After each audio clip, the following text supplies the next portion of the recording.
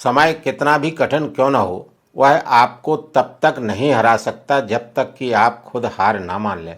इसलिए कर्म करें, धैर्य रखें और विश्वास को कभी भी डगमगाने ना दें। साथियों नमस्कार, मैं आर.एस. खरे अपने चैनल मातु पितृ ज्योतिष ज्ञान के माध्यम से आप सभी दर्शकों का हार्दिक अभिनंदन स्वागत करता हूं। इस वीडियो में हम ग्रहों के गोचर के आधार पर चर्चा करेंगे कि कन्या राशि वाले जातकों का माह मई 2026 उनके स्वास्थ्य के दृष्टिकोण से कैसा रहेगा, आर्थिक पक्ष कैसा रहेगा, भूमि भवन के बारे में समझेंगे, संतान शिक्षा के बारे में जानेंगे, दाम्पत्य जीवन कैसा रहेगा, भाग्य के बारे में समझेंगे, कैरियर कैसा रहेगा और क्या क्या लाभ हानि परेशानियां कन्या राशि वाले जातकों को माह मई 2026 में देखने को मिलेंगी। इन्हीं सब बातों की चर्चा इस वीडियो में विस्तार से करेंगे। यह राशिफल चंद्र राशि पर आधारित है। इसे नाम राशि एवं लग्न से भी देखा जा सकता है। माह प्रारंभ से ही कुंडली चार्ट में दिख रहे ग्रहों के गोचर की स्थितियां कुछ इस प्रकार है। कन्या राशि वाले जातकों के 6वें भाव कुंभ राशि में राहु देव गोचर कर रहे हैं। 7म भाव मीन राशि में मंगल शनिदेव गोचर कर रहे हैं। 8म भाव मेष राशि में सूर्य बुध का गोचर हो रहा है। भाग भाव वृषभ राशि में शुक्र देव गोचर कर रहे हैं। 10म भाव मिथुन राशि में देवगुरु बृहस्पति का गोचर हो रहा है। इन ग्रहों के गोचरीय प्रभाव एवं राशि परिवर्तन से कन्या राशि वाले जातकों का यह माह कैसा रहेगा, यहाँ पर इसी को समझने का प्रयास करते हैं। कन्या राशि वाले जातकों के स्वामी राशिपति लग्नाधिपति बुध देव है और बुध देव 8म भाव में गोचर कर रहे हैं। सूर्य देव के साथ में 8म भाव में बुध देव गोचर करते हुए बुधादित्य राजयोग बना रहे हैं और बुध देव कैरियर भाव के स्वामी हैं और आपके राशि के स्वामी हैं। यहाँ पर बुध देव थोड़े से कमजोर हो रहे हैं, किंतु बुधादित्य राजयोग की स्थिति में रहने से आपको जमीन के नीचे की चीजों से लाभ दिलाने का कार्य करेंगे। 8म भाव गूढ़ ज्ञान का भाव है, अचानक से परिवर्तन का भाव है, रहस्य की चीजों का भाव है।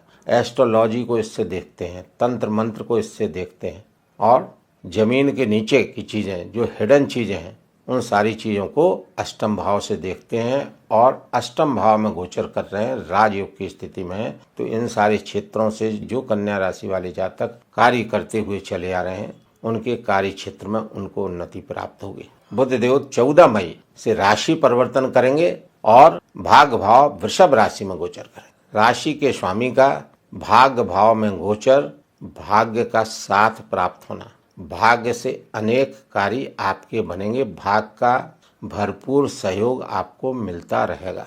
कैरियर में आप उन्नति करेंगे, आर्थिक पक्ष मजबूत रहेगा, मान सम्मान की वृद्धि आपको होगी, पुराने रुके हुए कार्य आपके पूर्ण होंगे। बुधदेव का गोचर पूरे माह अच्छा बना हुआ है और 29 मई से बुधदेव राशि परिवर्तन करेंगे और कर्म भाव में गोचर करेंगे। तो यहाँ पर भी बुधदेव का गोचर अच्छा होगा, क्योंकि बुधदेव यहाँ पर पंच महापुरुष नामक राजयोगों में से भद्र पंच महापुरुष नामक राजयोग बनाएंगे। इस राजयोग के बनने से आपके कैरियर में उन्नति आपको मिलेगी।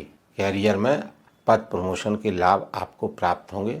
द्वितीय भाव के स्वामी और भाग्य भाव के स्वामी शुक्र देव हैं और शुक्र देव कन्या राशि कन्या लग्न वाले जातकों के लिए भाग्येश होकर योग कारक है और भाग भाव में स्वराशि के होकर गोचर कर रहे हैं। अपनी खुद की राशि वृषभ में गोचर कर रहे हैं।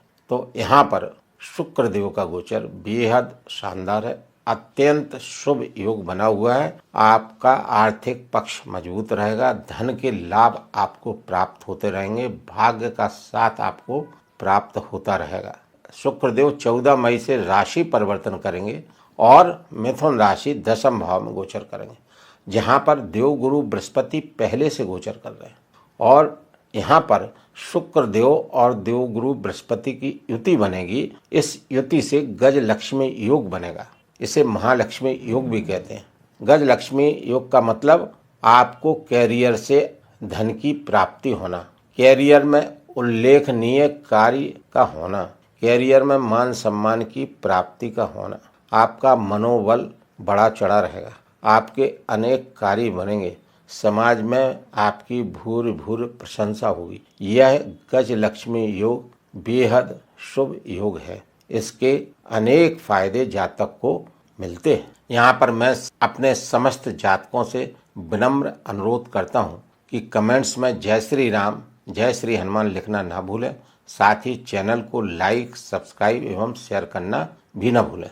देवगुरु बृहस्पति कन्या राशि वाले जातकों के 10वें भाव मिथुन राशि में गोचर करते हुए चले आ रहे हैं।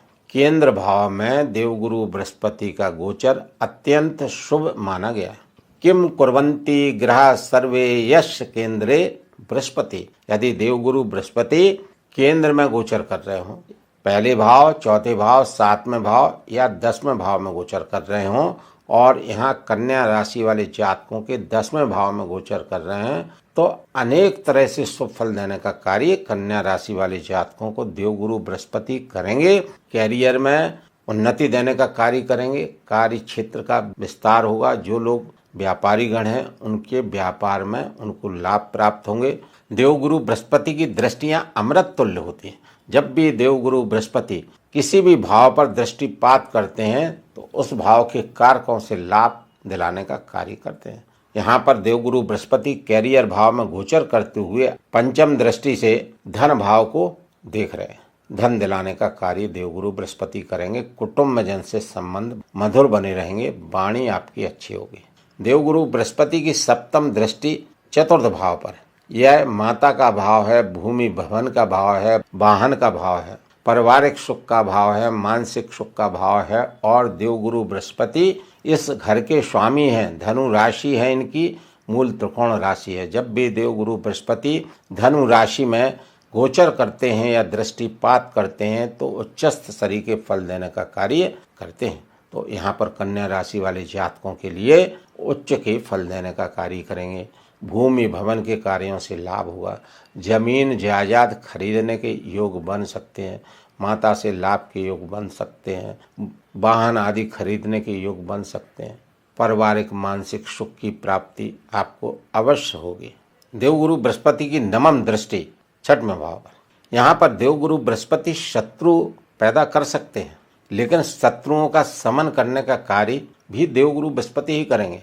क्योंकि देवगुरु बृहस्पति की शुभ 9वीं दृष्टि राहु पर, राहु की 5वीं दृष्टि देवगुरु बृहस्पति पर, देवगुरु बृहस्पति और राहु का 9वीं 5वीं राजयोग और नक्षत्र देवताओं का संबंध माता और पुत्र के रूप में बना हुआ है, जो वर्षों बाद बन रहा है। अतः देवगुरु बृहस्पति और राहु के इन शुभ संबंधों से राहु देव 6वें भाव में गोचर करते हुए अनेक शुभ फल देने का कार्य करेंगे और देवगुरु बृहस्पति भी शुभ फल देने का कार्य करेंगे। 6वां भाव रोग, ऋण, शत्रु, सेवा का भाव है। इन सब क्षेत्रों में राहु देव मदद करेंगे।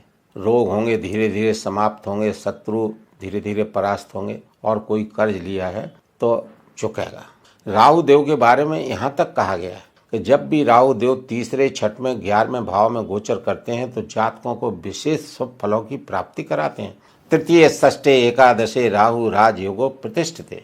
राजयोग जैसी स्थिति देने का कार्य राहु देव करते हैं। तो राहु का गोचर कन्या राशि वाले जातकों के लिए ठीक रहेगा। शनि देव 7वें भाव में गोचर कर रहे हैं। शनि देव जहाँ भी गोचर करते हैं उस भाव के कारकों को मजबूती देने का कार्य करते हैं। चूंकि यहाँ पर 7वें भाव में गोचर कर रहे हैं तो दाम्पत्य जीवन को अच्छा रखने का कार्य करेंगे। किंतु यहाँ पर मंगल की शनि के साथ युति होने से आपको अपने स्पाउस के साथ संबंध मधुर बना के रखना होंगे। कड़वाहट से बचना पड़ेगा, कटु वाणी से बचना पड़ेगा। आपस में सामंजस्य बनाकर रखने की आवश्यकता निश्चित रूप से होगी। मंगल शनि आपस में शत्रु ग्रह हैं और मंगल अग्नि तत्व के ग्रह हैं, तो यहाँ पर आपको क्रोध से बचना होगा। सूर्य देव द्वादशेश होकर 8वें भाव में गोचर कर रहे हैं और अपनी उच्च की राशि में गोचर कर रहे हैं और बुध के साथ बुधादित्य राजयोग की स्थिति में। तो सूर्य देव का विपरीत राजयोग बना हुआ है। द्वादश भाव के स्वामी का 8वें भाव में वह भी उच्च की स्थिति में गोचर, विपरीत राजयोग का बनना। इस विपरीत राजयोग के बनने से जो कन्या राशि वाले जातक कोर्ट कचहरी के कार्यों से जूझते हुए चले आ रहे हैं, जो रोगों से पीड़ित होते हुए चले आ रहे हैं, जो अनावश्यक परेशानियों में उलझते हुए चले आ रहे हैं, इन सब क्षेत्रों में सूर्य देव सफलता, राहत दिलाने का कार्य कन्या राशि वाले जातकों को अवश्य करेंगे। सूर्य देव 15 मई से राशि परिवर्तन करेंगे और वृषभ राशि भाग्य स्थान में गोचर करेंगे और भाग्य से आपको अनेक तरह से लाभ देने का कार्य करेंगे। भाग्य से आपके कार्य बनेंगे। जो कन्या राशि वाले जातक विदेश में रहकर कार्य कर रहे हैं उनको 15 मई के बाद में निश्चित रूप से लाभ प्राप्त होगा। कुल मिलाकर कन्या राशि वाले जातकों का ग्रह गोचर शुभ एवं अनुकूल बना हुआ है। फिर भी आप अपने राशि के स्वामी बुध देव के लिए बुध देव का बीज मंत्र ओम ब्राह्म ब्रीम ब्रह्म साह बुधाय नमः का मंत्र जाप 108 बार प्रतिदिन करते रहें। प्रातःकाल सूर्योदय के बाद सूर्यदेव को जल अर्घ्य देना ना भूलें। सूर्यदेव का बीज मंत्र ओम घृणी सूर्याय नमः का जाप 108 बार प्रतिदिन करते रहें। बताए गए इन सभी उपायों को यदि कन्या राशि वाले जातक करेंगे तो कन्या राशि वाले जातकों का माह मई 2026 और अधिक शुभ एवं अनुकूल व्यतीत होगा। प्रिय दर्शकों, मेरे द्वारा इस वीडियो में दी गई जानकारी यदि आपको अच्छी लगी हो तो चैनल को लाइक, सब्सक्राइब एवं शेयर करना न भूलें। धन्यवाद।